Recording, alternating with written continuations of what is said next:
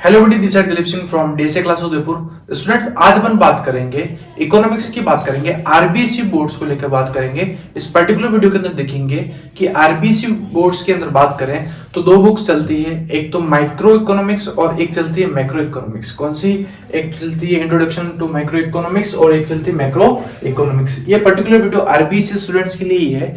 इस particular video के अंदर बात करेंगे ब्लूप्रिंट के बारे में, बात करेंगे कि पर्टिकुलर चैप्टर कितने मार्क्स का है। तो कहीं ना कहीं अगर आप ये वीडियो एंड तक देखोगे तो एक छोटा सा वीडियो है जिसके जरिए आपको पता पड़ जाएगा कि कौन सा चैप्टर ज्यादा इंपॉर्टेंट है, ज्यादा मार्क्स का है। तो उस अकॉर्डिंग अगर आप प्रिपरेशंस करोगे तो कहीं ना कहीं आपके जो बोर्ड्स के अंदर जो एग्जाम्स होने वाले हैं, whether it's half yearly, pre boards और फाइनल्स एग्जाम्स की बात करें तो कहीं ना कहीं आपको बूस्टिंग मिलेगी। ठीक है, तो डीएसए क्लासेस आपके लिए एक छोटा सा वीडियो लाया है जिसके जरिए आपको बहुत ज्यादा इंफॉर्मेशन मिलेगी। चलेगा, बिना किसी टाइम को वेस्ट किए हम वीडियो स्टार्ट करते हैं। बच्चों, जैसे कि आप सभी को पता है, माइक्रो इकोनॉमिक्स की बात करें तो वो 40 मार्क्स का, कितने मार्क्स का है? 40 मार्क्स का। उसी तरह से बच्चों मैक्रो इकोनॉमिक्स की बात करें तो वो भी कितने का है? 40 मार्क्स का। टोटल आपका 80 मार्क्स का पेपर होगा। कितने मार्क्स का? 80 मार्क्स का आपका पेपर होगा। उसमें से जो माइक्रो इकोनॉमिक्स है, कौन सा माइक्रो इकोनॉमिक्स है, वो 40 मार्क्स का। एंड देन बात करें मैक्रो इकोनॉमिक्स, वो कितने मार्क्स का? वो भी 40 यानी कि 40 मार्क्स का माइक्रो और 40 मार्क्स का आपका क्या है? मैक्रो। ठीक है, अब बच्चों सबसे पहले बात करते हैं माइक्रो इकोनॉमिक्स की। किसकी बात करते हैं? Micro economics. माइक्रो इकोनॉमिक्स में जो मोस्ट यूनिट्स देखे जाए तो first, second, third, fourth, fifth, यानी कि 5 मेन चैप्टर्स हैं। फर्स्ट है इंट्रोडक्शन टू माइक्रो इकोनॉमिक्स। कौन सा है? फर्स्ट चैप्टर है इंट्रोडक्शन टू माइक्रो इकोनॉमिक्स, जिसके अंदर आपको बता रखा है कि माइक्रो इकोनॉमिक्स और मैक्रो में क्या डिफरेंस है। ठीक है, माइक्रो इकोनॉमिक्स क्या होता है। ठीक है, एडम स्मिथ कौन थे, फादर्स ऑफ इकोनॉमिक्स कौन थे, पीपीसी कर्व्स, ये सब आपको यूटिलिटी क्या होता है, ये सब बता रखा है। ठीक है, तो ये मार्क्स कितने? 6 मार्क्स का है। यहाँ से आप 6 में से 6 स्कोर आराम से कर सकते हो। ठीक है, कोई बड़ा टास्क वाला काम कुछ नहीं है, इजी सा कंसेप्ट है। इंट्रोडक्शन का है तो 6 मार्क्स आपके कह सकते हो कि आपके तरफ आप उसको ले सकते हो। कितने मार्क्स हो? 6 मार्क्स हो। सेकंड है theory of the consumer behaviour है, जो 12 मार्क्स का पोर्शन है। कौन सा? थ्योरी ऑफ कंज्यूमर बिहेवियर है, वो कितने मार्क्स का पोर्शन है? वो सर आपका 12 मार्क्स का पोर्शन है। नेक्स्ट बात करते हैं concept of production and the cost. जो प्रोडक्शन एंड कॉस्ट का जो कंसेप्ट है, इसके अंदर भी छोटे छोटे कुछ कंसेप्ट है, वो भी 12 मार्क्स का है। कितने मार्क्स का है? 12 मार्क्स का कंसेप्ट है। और फिर बात करें मार्केट की, बात करें परफेक्ट कॉम्पिटिशन वाला मार्केट वाला जो पोर्शन है वो 6 मार्क्स का है आपका। देन आफ्टर लास्ट चैप्टर है मार्केट इक्विलिब्रियम, वो कितने मार्क्स का है? 4 मार्क्स का। यानी कि sir concept of production, cost, perfect competition और मार्केट इक्विलिब्रियम, यानी कि ये जो तीनों चैप्टर है ये आपके कहीं ना कहीं डेटाबेस चैप्टर है। और कह सकता हूँ कि इसके अंदर आपको प्रॉपर डायग्रामेटिकल क्वेश्चंस को समझाना पड़ेगा।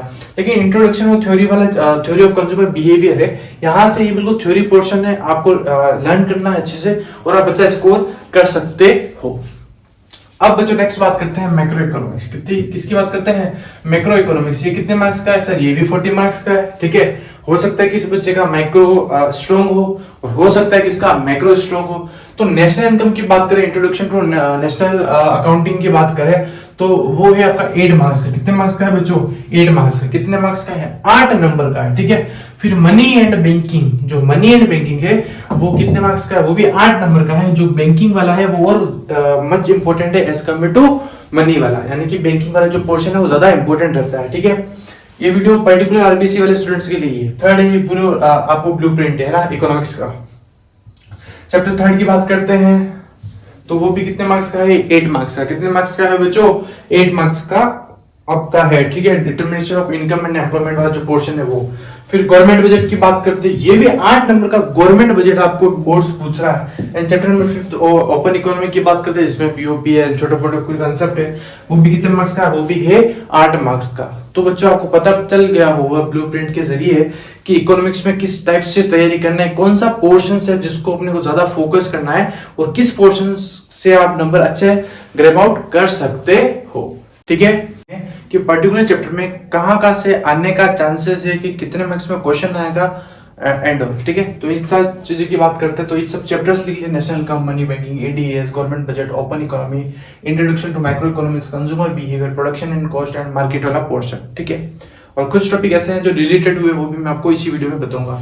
ठीक है। ऐसा माना जा रहा है कि इस टाइप से इस बार भी आपको जैसे 2023 को एनालिसिस करा, 2023 का जो पेपर हुआ था उसको एनालिसिस किया और पता पड़ा कि आरबीएससी में आई होप इसी टाइप से आपको क्वेश्चंस पूछे जाएंगे। ठीक है, तो मार्क्स लिख रखे 1 मार्क्स, 2 मार्क्स, 3 मार्क्स और 4 मार्क्स, ये क्वेश्चन और ये मार्क्स है। ठीक है, तो नेशनल इनकम की बात करें तो 5 क्वेश्चन आपको 1 मार्क्स के पूछे जाएंगे, 2 का एक भी नहीं पूछा जाएगा। थर्ड तो यहाँ पर ये वाला जो 3 नंबर का एक क्वेश्चन पूछा जाएगा वो मोस्ट प्रोबेबिलिटी चांसेस है, जो फॉर्मूला है ना आपका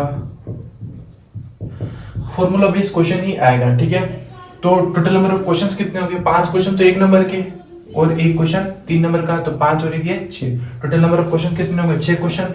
ठीक है, 5 नंबर के 5 नंबर तो ये और एक क्वेश्चन 3 नंबर का, तो 5 + 3 5 से 7 8, तो 8 मार्क्स का आपका क्या हो गया? National income. फिर मनी इन बैंकिंग की बात करें तो 2 क्वेश्चन 1 नंबर के, 2 नंबर का एक क्वेश्चन, 3 नंबर का एक भी नहीं और 4 नंबर का एक, तो मोस्ट प्रोबेबिलिटी जो 4 नंबर का जो एक क्वेश्चन पूछा जा रहा है ये कहीं ना कहीं फंक्शंस ऑफ आरबीआई वाला जो पोर्शन है वहां से क्वेश्चन आने की चांसेस रहता है। ठीक है, तो 2 देन 2 3 4 और 4 + 4 8।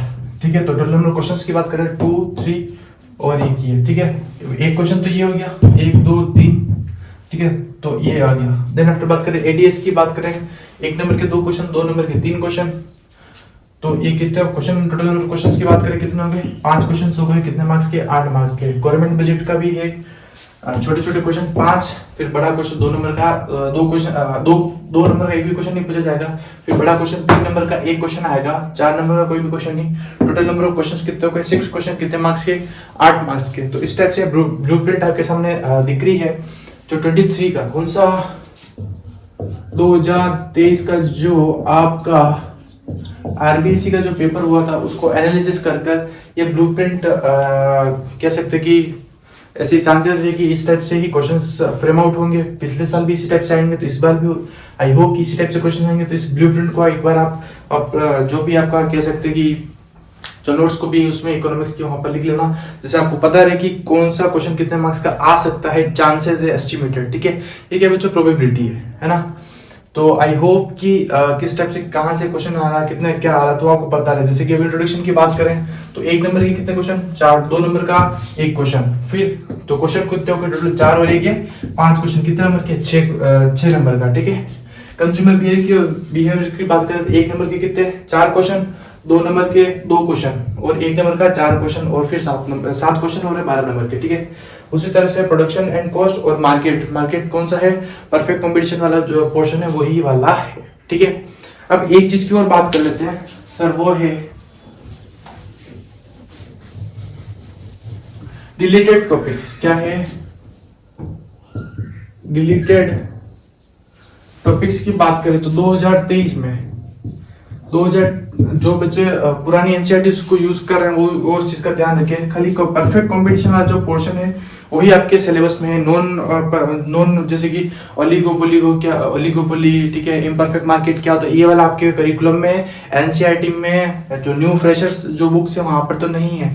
लेकिन कुछ बच्चे हो सकते हैं कि पुराने एनसीईआरटी से पढ़ रहे हो, तो इस चीज का ध्यान रखना। खाली परफेक्ट कंपटीशन वाला जो पोर्शन है वही पढ़ना है, उसके अलावा इम्परफेक्ट मार्केट, ठीक है, तो ये वाला जो पोर्शन है वो अपने को नहीं पढ़ना है। ठीक है, आई होप कि छोटी सी वीडियो से आप बहुत ही ज्यादा आपको कुछ इन्फॉर्मेशन मिली होगी।